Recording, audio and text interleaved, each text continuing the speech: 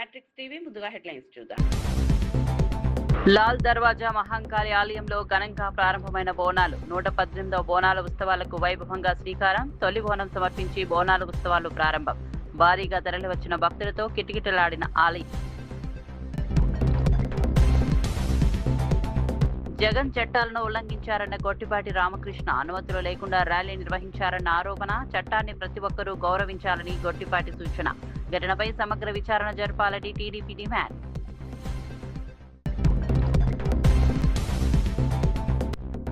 డిఎస్సీలో అనర్హులకు ఉద్యోగాలిచ్చారన్న పేర్ని నాని. స్పోర్ట్స్ కోటాలో అక్రమాల ఆరోపణలు. డిఎస్సీ ఎంపికల వివరాలు విడుదల చేయాలని డిమాండ్. నియామకాలపై స్వతంత్ర విచారణ కోరిన పేర్ని నాని.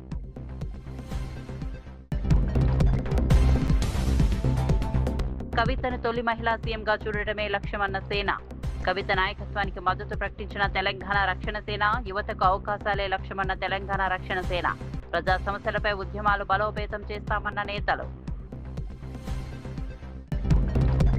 భోగాపురం అంతర్జాతీయ విమానాశ్రయం ప్రారంభోత్సవ వేడుకల సందర్భంగా విశాఖపట్నం ఆర్కే బీచ్ లో ఉత్తరాంధ్ర ఆశయాలకు రెక్కలు అనే నినాదంతో ఫైకే రన్ ఘనంగా నిర్వహించారు. క్రీడా ప్రాధికార సంస్థ ఆధ్వర్యంలో జరిగిన ఈ కార్యక్రమంలో MLA Velagapudi Ramakrishna Babu, shop chairman Ravi Naidu, joint collector Vidyadhari, విద్యార్థులు, క్రీడాకారులు, ఫిట్నెస్ ప్రియులు పెద్ద సంఖ్యలో పాల్గొన్నారు. ఉత్తరాంధ్ర అభివృద్ధికి భోగాపురం అంతర్జాతీయ విమానాశ్రయం కీలక మైలురాయిగా నిలవనుందని నిర్వాహకులు తెలిపారు. యువతలో ఆరోగ్య చైతన్యం పెంపొందించడంతో పాటు ఉత్తరాంధ్ర అభివృద్ధిపై అవగాహన కల్పించేందుకు ఈ కార్యక్రమం నిర్వహించినట్లు వెల్లడించారు. పాల్గొన్న వారందరూ ఉత్సాహంగా రన్ పూర్తి చేశారు.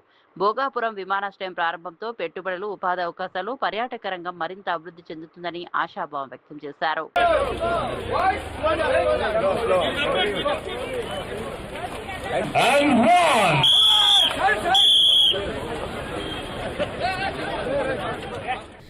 ఆగస్టు 1న honourable prime minister Narendra Modi గారు, అదేవిధంగా మన సీఎం గారు అందరి చేతిలో కూడా మన భోగాపురం ఇంటర్నేషనల్ ఎయిర్పోర్ట్ ఇనాగ్రేట్ అవ్వడం జరుగుతుంది.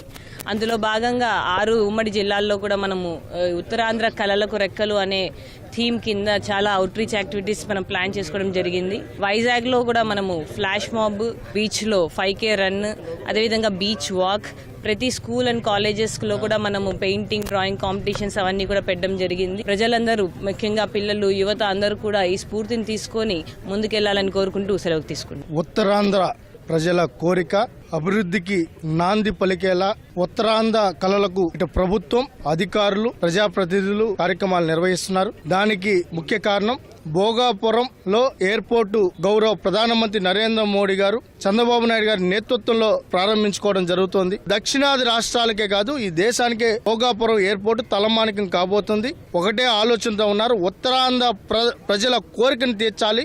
ఒక ఇంటర్నేషనల్ ఎయిర్పోర్ట్ ఇక్కడ ఉండాలి, ఈ ప్రాంతం అభివృద్ధి చెందాలి, యువతకు ఉపాధి, ఉద్యోగ అవకాశాలు కలగాలన్నా, పరిశ్రమలు రావాలన్నా, పెట్టుబడులు రావాలన్నా ఇక్కడ ఇంటర్నేషనల్ ఎయిర్పోర్ట్ ఉండాలన్న ఆలోచన చేయడం, దానికి అనుగుణంగా కూడా సిద్ధం చేయడం అనేది జరిగింది. మన్యం వీరుడు అల్లూరి సీతారామరాజు గారి పేరు మీద అల్లూరి సీతారామరాజు ఇంటర్నేషనల్ ఎయిర్పోర్ట్ అనే నామకరణం చేయడం జరిగింది. ముఖ్యంగా ఈ ఎయిర్పోర్ట్ నిర్మాణానికి భూములు ఇచ్చినటువంటి రైతులందరికీ కూడా విశాఖ ప్రజల తరపున నా హృదయపూర్వక ధన్యవాదాలు తెలియజేసుకుంటూ భోగాపురం ఎయిర్పోర్టు స్టార్ట్ అవుతుంది. ఉత్తరాంధ్ర కళలకు రెక్కలనే ప్రోగ్రాం శాప్ వారి ఆధ్వర్యంలో 5K రన్ అనే కార్యక్రమాలు చేశారు. హైదరాబాద్ నాంపల్లిలోని బీజేపీ రాష్ట్ర కార్యాలయంలో మాజీ ఎమ్మెల్యే చింతల రామచంద్రారెడ్డి మీడియాతో మాట్లాడారు. రాష్ట్రంలో నెలకొన్న రాజకీయ పరిస్థితులు, ప్రభుత్వ విధానాలు, ప్రజా సమస్యలపై ఆయన స్పందించారు. ఎన్నికల సమయంలో ప్రజలకు ఇచ్చిన హామీలను అమలు చేయడంలో రాష్ట్ర ప్రభుత్వం పూర్తిగా విఫలమైందని విమర్శించారు. రైతులు, నిరుద్యోగులు, మహిళలు, విద్యార్థులకు ఇచ్చిన హామీలు ఇప్పటికీ అమలు కాలేదని ఆరోపించారు. ప్రజా సమస్యల పరిష్కారంలో ప్రభుత్వం నిర్లక్ష్యంగా వ్యవహరిస్తోందని అన్నారు. ప్రజల ఆకాంక్షలకు అనుగుణంగా పాలన సాగడం లేదని విమర్శించారు. బీజేపీ ప్రజా సమస్యలపై నిరంతరం పోరాటం కొనసాగుతుందని స్పష్టం చేశారు. ప్రజల ప్రయోజనాలను కాపాడే అంశాల్లో ఎలాంటి రాజీ ఉండదని తెలిపారు. రాష్ట్ర ప్రభుత్వ వైఫల్యాలను ప్రజల్లోకి తీసుకెళ్లి ప్రజాస్వామ్యబద్ధంగా ఉద్యమాలు కొనసాగిస్తామని చింతల రామచంద్రారెడ్డి వెల్లడించారు. హైదరాబాద్ ఈనాడు ఏ రకంగా వర్షం చినుకొస్తే హైదరాబాద్ మొత్తం కూడా 3 గంటల నుంచి 5 గంటలు ట్రాఫిక్ ఏ రకంగా స్తంభిస్తుందో మనం చూస్తున్నాం. ఈ పరిస్థితి ఎందుకు వస్తుంది? ఈ రాష్ట్రాన్ని ఆంధ్రప్రదేశ్ అవతరణ జరిగినప్పటి నుంచి కూడా ఈ రాష్ట్రాన్ని పరిపాలించినటువంటి వాళ్ళు మొత్తం కూడా ఇప్పటి వరకు కాంగ్రెస్ వాళ్ళే, ఒక్క ఎన్టీ రామారావు గారు తప్ప. కాంగ్రెస్ సంస్కృతి, కాంగ్రెస్ పార్టీ నుంచి వచ్చినటువంటి వాళ్ళే ఈ రాష్ట్రాన్ని పరిపాలించారు. అది చంద్రబాబు నాయుడు కావచ్చు, కేసీఆర్ కావచ్చు, వీళ్ళందరూ కూడా.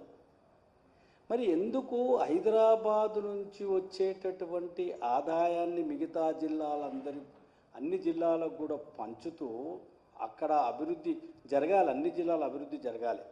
ఆనాటి అవిభక్త ఆంధ్రప్రదేశ్ కానీ, ఈనాటి తెలంగాణ రాష్ట్రం కానీ.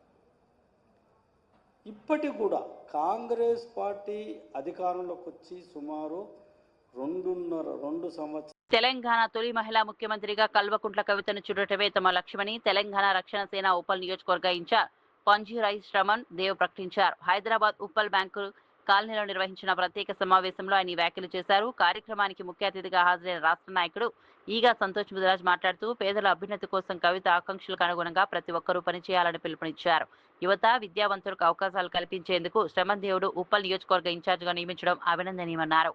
తెలంగాణ ఆత్మగౌరవం సంస్కృతి పరిరక్షణతో పాటు యువతకు ఉద్యోగ ఉపాధి అవకాశాలు కల్పించేందుకు అన్ని వర్గాలను కలుపుకొని కవితతో కలిసి పనిచేస్తామని శ్రమణ్ దేవ్ తెలిపారు. ప్రజా సమస్యలపై ప్రభుత్వంపై ఒత్తిడి తీసుకొచ్చే దిశగా ఫస్ట్ తొలి మహిళగా అక్క తీసుకున్న నిర్ణయం ఏంది, తెలంగాణ కోసం చేసింది ఏందని ఆలోచిస్తే ఇప్పుడు ఫస్ట్ అక్క చేసిన బతుకమ్మ అయినా, దాని తర్వాత పబ్లిక్ ఇష్యూస్ మీద కొట్లాడు పాలమూరు ప్రాజెక్ట్ అయినా, మళ్ళా మన ఏదైతే హామీలు మన ప్రభుత్వం ఇచ్చిన హామీలు ఉన్నాయి చేరలేకపోయినందుకు అక్క ప్రతి దాంట్లో ఇన్వాల్వ్ అయ్యి కొట్లాడడం అయినా, ప్రజలకి న్యాయం జరగాలని ఏదైతే దాంట్లో పోతున్నారో అక్క అది చూసి ఎస్పెషల్లీ కరెంట్ జనరేషన్ యూత్ ఏదైతే ఉంది వాళ్ళ ఆలోచన ఏంటంటే ఇట్లాంటి లీడర్స్ ప్రజల కోసం సామాజిక తెలంగాణ కోసం కొట్లాడేటోళ్ళు కావాలని అది చూసి ఎస్పెషల్గా నేను అట్రాక్ట్ అయినా. దాని తర్వాత ఎప్పుడైతే టిఆర్ఎస్ పార్టీ పెట్టక ముందు అక్కని ఏదైతే పార్టీలకి వెళ్ళి తీసేసినాక అక్కగారి ఆలోచన ఏంటంటే ఎప్పుడైనా తెలంగాణలో పైసా ఉన్నవాడే ముందు పోతూ ఉండాలి, అవన్నీ చూస్తూ ఉంటే అక్క ఒక పార్టీ పెట్టినాక నిర్ణయం పాంచధర్యాలు ఏదైతే పెట్టినారో అక్క ఫస్ట్ ఫ్రీ ఎడ్యుకేషన్ ఎంత ఇంపార్టెంట్ ఇవాళ సొసైటీ కంటే, పేదవాడు ఎక్కడైనా మంచి కాలేజ్లలో ఏదో స్కూళ్ళలో పోయి చదవాలంటే లక్షలు కట్టాలంటే అంత తెలంగాణ రక్షణ సేన మా అధ్యక్షురాలు కల్వకుంట్ల కవితక్క మేరకు ఈరోజు ఉప్పల్లో శ్రవణ్ ఇక్కడ ప్రెస్ మీట్ పెట్టడం జరిగింది. ఏప్రిల్ 20 తారీఖు నాడు అక్క ఈ పార్టీని తెలంగాణ రక్షణ సేన పార్టీని ఆరంభించింది. కాబట్టి ప్రతి డిస్టిక్లో కూడా అందరినీ ఇన్ఛార్జ్గా వేయడం జరిగింది. కాబట్టి ఉప్పల్ కాన్ఫరెన్స్ ఇన్ఛార్జిగా తమ్ముడు శ్రవణ్ని ఎన్నుకోవడం జరిగింది. అది కూడా అక్క స్వయంగా ఇది కూడా ఆమె ఆలోచించి ఎవరెవరిని ఎక్కడ వేయాలని చెప్పేసి ఈ 33 జిల్లాలలో కూడా అక్క వేయడం జరిగింది. కాబట్టి పార్టీని ఎలా ముందుకు తీసుకెళ్ళాలి, పార్టీని ఎలా బలోపేతం చేయాలని చెప్పేసి అందరూ కూడా మా తెలంగాణ జాగృతి ఉప్పల్ కాన్ఫరెన్స్లో ఉన్నటువంటి నేను కూడా 2008 నుంచి కూడా నేను అక్కతో పాటు పనిచేస్తూ ఈరోజు వరకు కూడా మేము అక్కతోటే ఉండి మేము ఏ రోజు కూడా ఏ పార్టీకి ఏ పోస్టు కూడా మేము ఆశించకుండా మేము అక్క వెన్నంటే ఉండి ఈ పార్టీ ముందుకు తీసుకోవడం జరిగింది. బీఆర్ఎస్ నాయకుడు ఆర్ఎస్ ప్రవీణ్ కుమార్ తెలంగాణలో రాజకీయ నాయకుల భద్రతాంశంపై సంచలన వ్యాఖ్యలు చేశారు. గన్మెన్ల కేటాయింపులో కాంగ్రెస్ ప్రభుత్వం వివక్ష చూపుతోందని ఆరోపించారు. కాంగ్రెస్ నాయకులకు ఒక విధంగా, బీఆర్ఎస్ నాయకులకు మరో విధంగా న్యాయం చేస్తున్నారా అని ప్రభుత్వాన్ని ప్రశ్నించారు. ప్రజాప్రతినిధుల భద్రత రాజకీయాలకు అతీతంగా ఉండాలని సూచించారు. అధికార పార్టీ, ప్రతిపక్షం అనే తేడా లేకుండా ప్రమాద స్థాయిని బట్టి భద్రత కల్పించాల్సిన బాధ్యత ప్రభుత్వానిదేనని పేర్కొన్నారు. భద్రతా వ్యవస్థలో రాజకీయ జోక్యం ఉండకూడదని అన్నారు. భద్రత కేటాయింపుల్లో పారదర్శకత పాటించాలని డిమాండ్ చేశారు. ప్రజాస్వామ్యంలో ప్రతిపక్ష నాయకులకు కూడా సమాన రక్షణ కల్పించడం ప్రభుత్వ బాధ్యత అని స్పష్టం చేశారు. భద్రతా అంశాన్ని రాజకీయంగా ఉపయోగించడం సరికాదని ప్రభుత్వం స్పష్టమైన విధానాన్ని ప్రకటించాలని ఆర్ఎస్ ప్రవీణ్ కుమార్ కోరారు. Dynamic and threat based. It is neither permanent nor attached to the status, office, rank or past service of any individual. Not just Praveen Kumar, any individual, not just Petti Sudarshan Reddy, any individual. మరి అట్లేటప్పుడు మైనంపల్లి హనుమంతరావు గారికి 2+2 gunmen ఎందుకు ఇచ్చారు? DGP గారు చెప్పాలి. పెద్ది సుదర్శన్ రెడ్డికి ఒక న్యాయం, మైనంపల్లి హనుమంతరావుకి ఇంకో న్యాయమా? కొండా మురళి ఆయన ఎమ్మెల్సీ కాదు, ఆయన ఒక కార్పొరేషన్ చైర్మన్ కాదు, వారు కేవలం మంత్రి కొండా సురేఖ గారి భర్త. కొండా మురళి గారికి 2+2 గన్మెన్ ఇచ్చారు. వరంగల్ సిటీలో ప్రతి ఒక్కరికి కూడా తెలుసు కొండా మురళి గారు ఆ 2+2 గన్మెనే కాదు, పోలీసు వాళ్ళందరూ పోతే ఆయనకు పోతే పోలీసు వాళ్ళందరూ కూడా ఆయన కాన్వాయ్లో పోతారు. ఆయనకి ఏ హోదా ఉందని 2+2 గన్మెన్ ఇచ్చారు?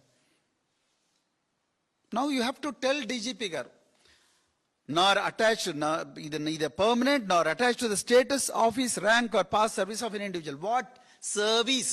What is the contribution of Konda Murli garu? What is the contribution of Mainampalli Hanumantarao such that they deserve 2+2 personal security officers?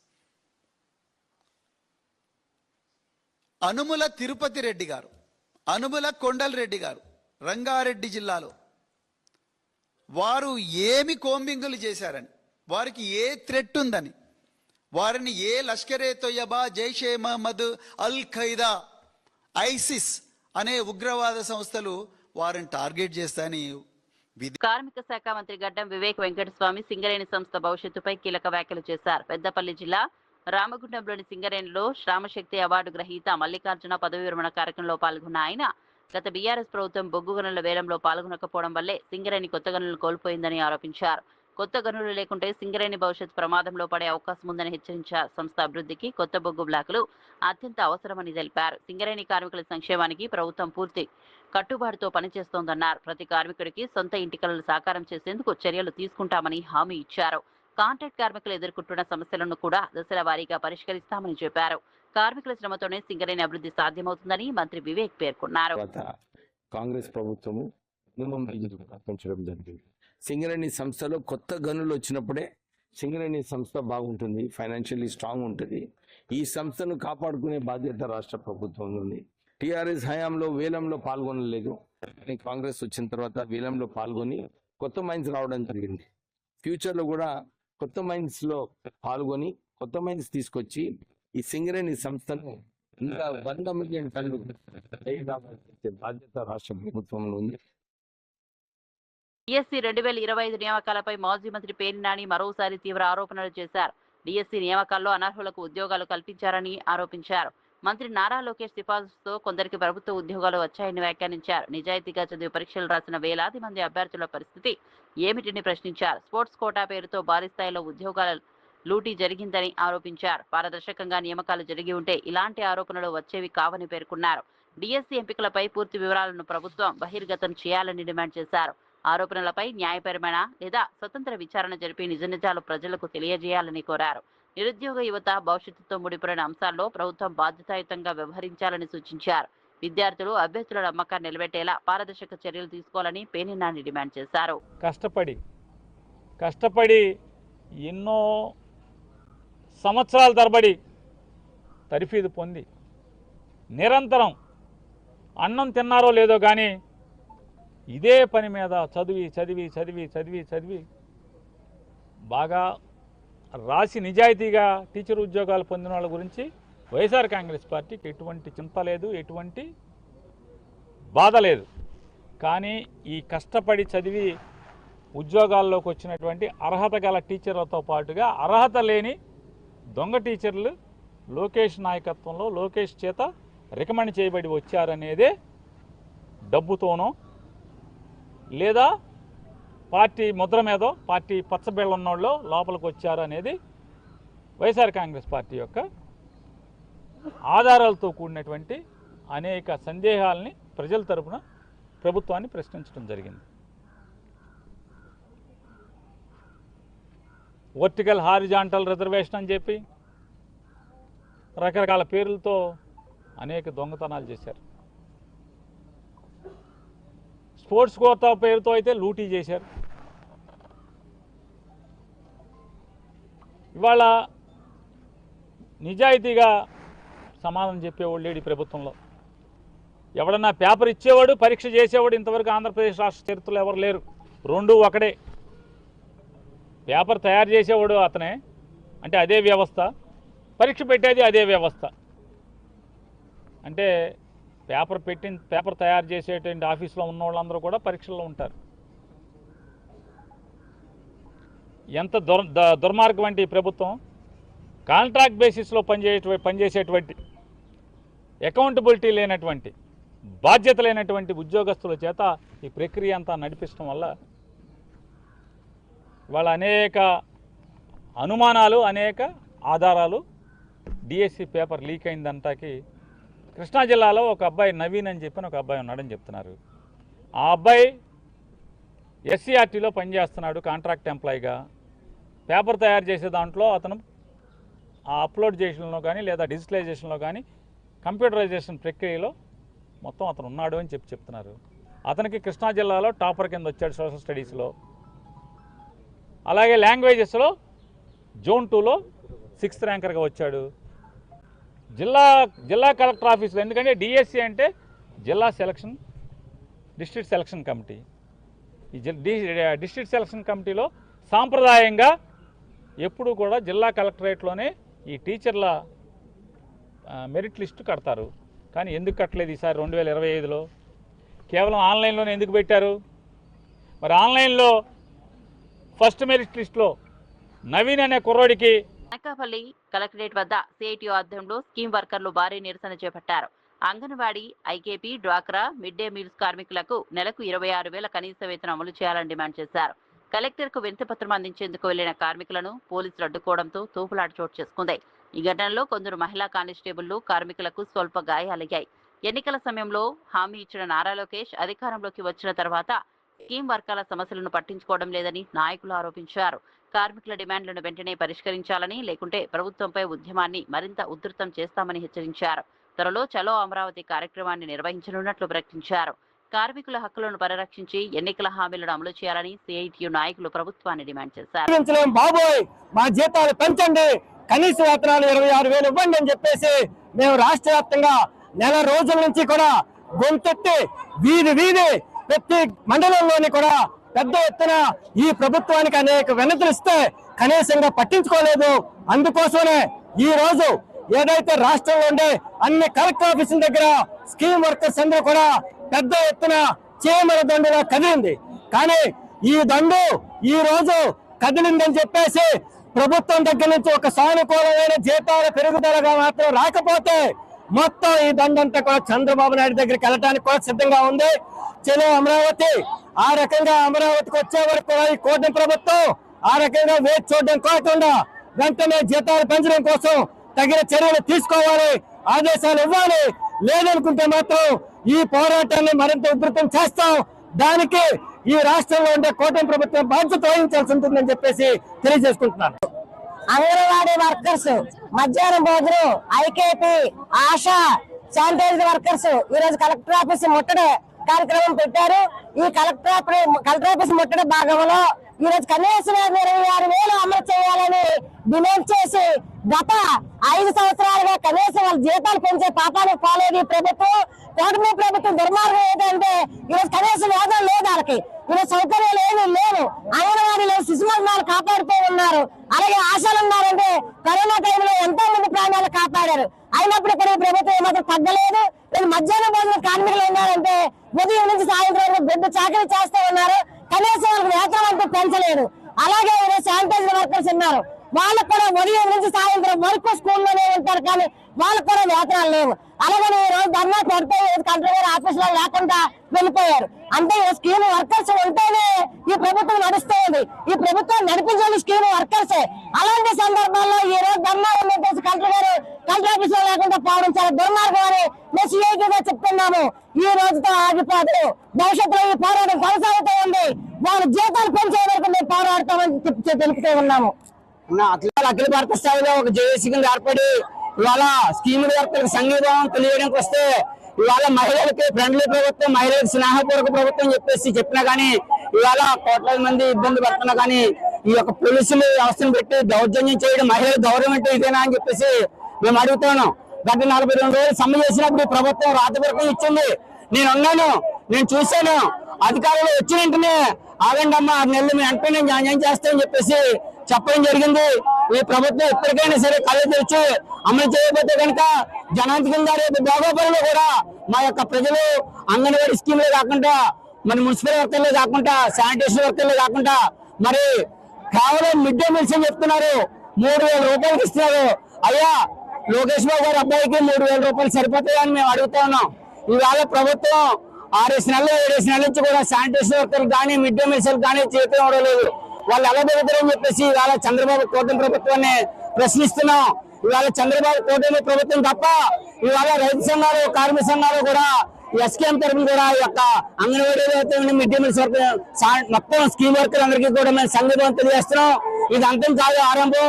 ప్రభుత్వం ఇప్పటికైనా మేల్కొని కనీస వేతనాలు సుప్రీంకోర్టు ఇచ్చిన తీర్పు వరకు అమలు చేయకపోతే కనుక ఇది పెద్ద ఎత్తున అమరావతి వరకు వెళ్తుంది.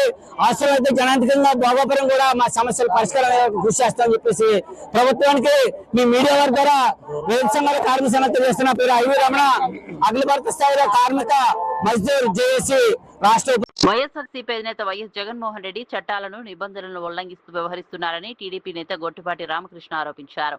ప్రధానమంత్రి పర్యటనకు ముందు అవసరమైన అనుమతులు లేకుండానే ర్యాలీ నిర్వహించి అధికారుల విధులకు ఆటంకం కలిగించారని విమర్శించారు. విధి నిర్వహణలో ఉన్న ప్రభుత్వ అధికారులు మహిళా అధికారులపై దౌర్జన్యంగా ప్రవర్తించడం తీవ్రమైన నేరమని అన్నారు. చట్టాన్ని ప్రతి ఒక్కరూ గౌరవించాలని, రాజకీయ నాయకులు ఆదర్శంగా నిలవాలని సూచించారు. ప్రభుత్వ విధులను అడ్డుకునే చర్యలు ప్రజాస్వామ్యానికి మంచివి కావని పేర్కొన్నారు. ఈ ఘటనపై సమగ్ర విచారణ జరిపి బాధ్యులపై చట్టపరమైన చర్యలు తీసుకోవాలని డిమాండ్ చేశారు. ఈరోజు మనం చూస్తా ఉన్నాం,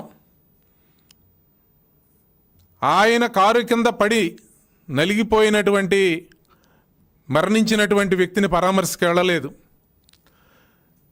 కానీ ఒక రోజు ముందు ప్రధానమంత్రి పర్యటనకి ముందు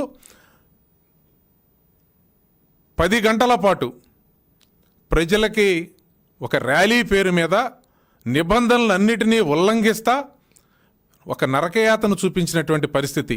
అధికారుల్ని వారి పనిని వారిని చేసుకోనివ్వకుండా వారి మీద దౌర్జన్యం చేసేటువంటి పరిస్థితి ఈరోజు మనం రాష్ట్రంలో చూస్తూ ఉన్నాం. అందుకనే చెప్పాను, రాక్షసులు యజ్ఞాన్ని ఏ విధంగా భగ్నం చేస్తారో కళ్ళకి కట్టినట్టు అని చెప్పని. అధికారులు ఇచ్చినటువంటి ఆదేశాలని ఉల్లంఘించటం ఇది చట్టరీత్యా నేరం. ప్రజల్ని యొక్క స్వేచ్ఛని, వాళ్ళ యొక్క ప్రయాణాలని అడ్డుకోవటం నిబంధనలకు విరుద్ధంగా ఇది ఒక క్రిమినల్ చర్య. ప్రభుత్వ ఉద్యోగ యొక్క విధులని ఆటంకపరుస్తా వారు విధులు నిర్వహించకుండా ఉండటానికి వాళ్ళ మీద బలప్రయోగం చేయటం ఇది ఒక క్రిమినల్ కింద వస్తుంది, క్రిమినల్ చర్య. అంతేకాకుండా మహిళా ఉద్యోగుల మీద దాడి చేయటం, వాళ్ళ మీద క్రిమినల్ ఫోర్స్ని బలప్రయోగంని ప్రయోగించటం వాళ్ళ మీద ఇది చట్టరీత్యా నేరం.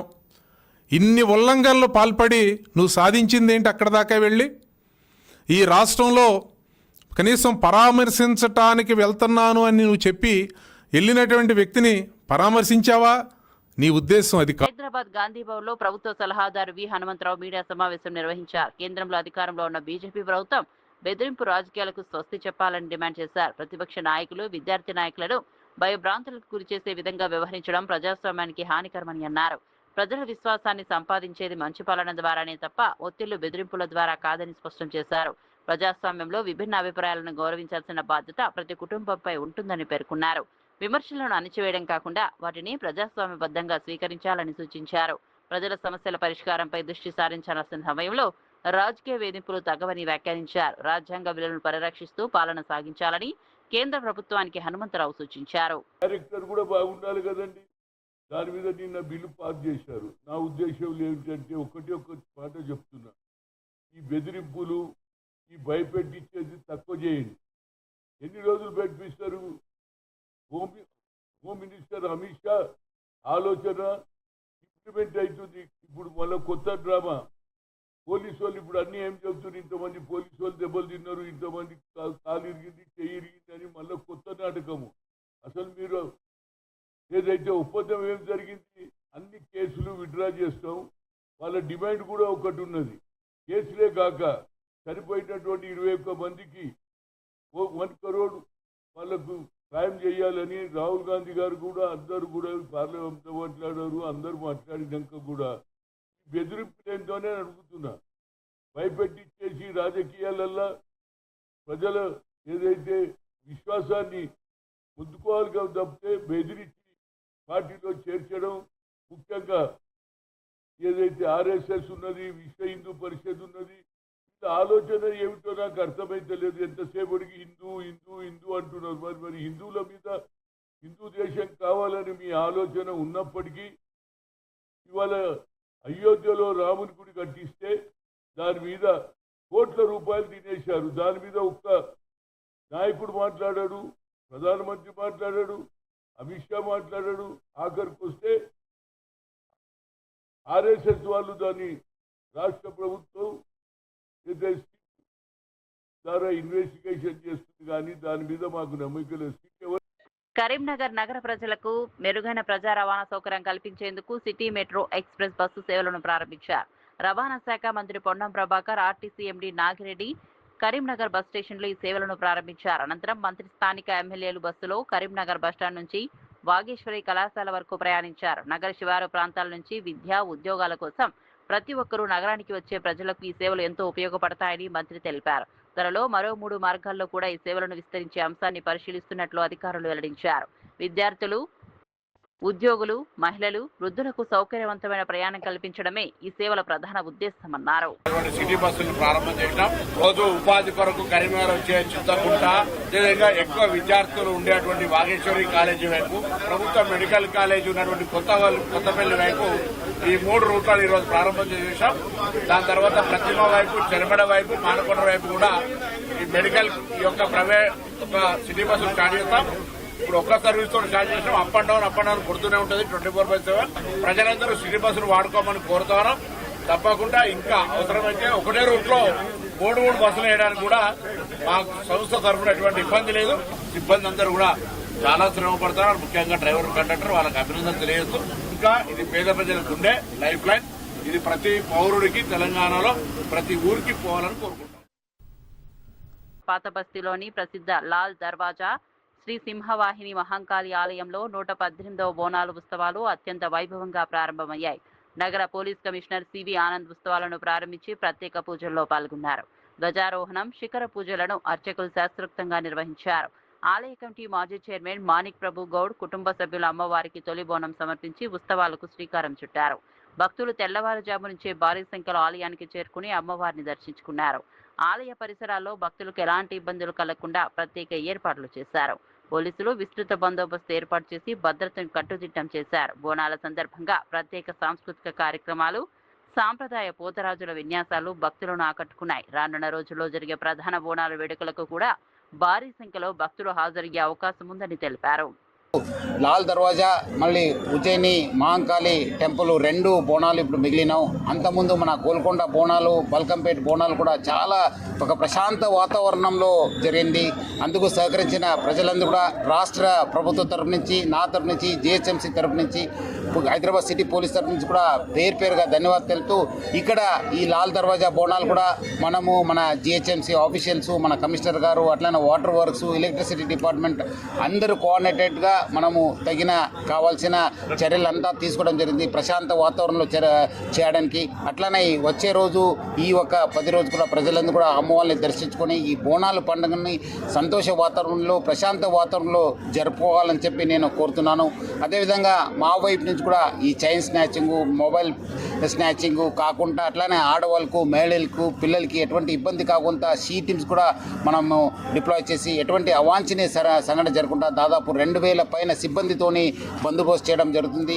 ఇంకా మిగిలిన బోనాలు కూడా మనం ఇక్కడ ఉన్న బోనాలకి, అట్లనే ఉజ్జయిని మహంకాళి బోనాలు కూడా ప్రజలందరూ కూడా సహకరించాలి. అట్లనే వర్షం సమయము ప్రజలందరూ కూడా వాళ్ళు బయటకు వచ్చినప్పుడు మన రాష్ట్ర ప్రభుత్వము మనం ఇచ్చే అడ్వైజ్ని చూసుకొని వాళ్ళు ఒక ట్రావెల్ ప్లాన్ని చేసుకోవాలి. ఎందుకంటే మళ్ళీ వాళ్ళు ఇబ్బంది పడొద్దని చెప్పి ప్రజలందరూ కూడా. జంతర్ మంతర్ వద్ద యునైటెడ్ హిందూ ఫ్రంట్ ఆధ్వర్యంలో భారీ నిరసన కార్యక్రమం నిర్వహించారు. ఇటీవల విద్యార్థుల ఆందోళన సందర్భంగా కొందరు పార్లమెంట్ ప్రాంగణంలోకి చొరబడేలా విద్యార్థులను రెచ్చగొట్టారని ఆరోపిస్తూ హిందూ సంఘాల నాయకులు ఆందోళన చేపట్టారు. దేశ రాజధానిలో శాంతి భద్రతలకు భంగం కలిగించే చర్యలను తీవ్రంగా ఖండించారు. ప్రజాస్వామ్య హక్కుల పేరుతో చట్టాన్ని ఉల్లంఘించడం సరికాదని పేర్కొన్నారు. విద్యార్థులను రాజకీయ ప్రయోజనాల కోసం ఉపయోగించకూడదని హెచ్చరించారు. పార్లమెంట్ వంటి అత్యున్నత ప్రజాస్వామ్య సంస్థల భద్రతకు విఘాతం కలిగించే వారికి కఠిన చర్యలు తీసుకోవాలని కేంద్ర ప్రభుత్వాన్ని డిమాండ్ చేశారు. मान्य श्री जय भगवान गोयल साहब जिंदाबाद। मान्य श्री जय भगवान गोयल साहब जिंदाबाद। कांग्रेस कांग्रेस केजरीवाल, कांग्रेस कांग्रेस केजरीवाल, कांग्रेस कांग्रेस केजरीवाल, कांग्रेस कांग्रेस केजरीवाल। ये इंकलाब जिंदाबाद, ये इंकलाब जिंदाबाद। राष्ट्रीय शिवसेना जिंदाबाद। यूनाइटेड हिंदू फ्रंट जिंदाबाद। मान्य श्री जय भगवान गोयल साहब जिंदाबाद। मान्य श्री जय भगवान गोयल साहब जिंदाबाद। जय श्री राम, जय श्री राम। हर हर महादेव, हर हर महादेव। भारत माता की, भारत माता की। बंदे बंदे बंदे बंदे बंदे। यूनाइटेड हिंदू फ्रंट जिंदाबाद। यूनाइटेड हिंदू फ्रंट जिंदाबाद।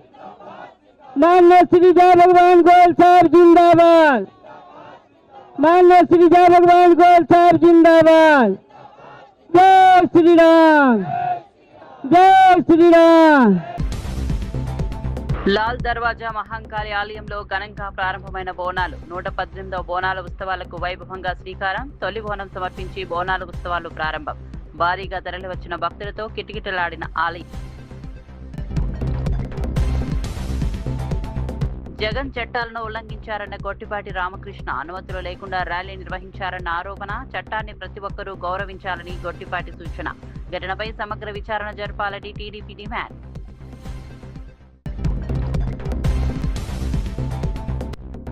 డిఎస్సీలో అనర్హులకు ఉద్యోగాలు ఇచ్చారన్న పేర్ని నాని. స్పోర్ట్స్ కోటాలో అక్రమాల ఆరోపణలు. డిఎస్సీ ఎంపికల వివరాలు విడుదల చేయాలని డిమాండ్. నియామకాలపై స్వతంత్ర విచారణ కోరిన పేర్ని నాని.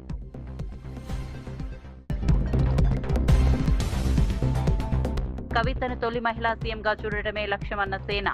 కవిత నాయకత్వానికి మద్దతు ప్రకటించిన తెలంగాణ రక్షణ సేన. యువతకు అవకాశాలే లక్ష్యమన్న తెలంగాణ రక్షణ సేన. ప్రజా సమస్యలపై ఉద్యమాలు బలోపేతం చేస్తామన్న నేతలు.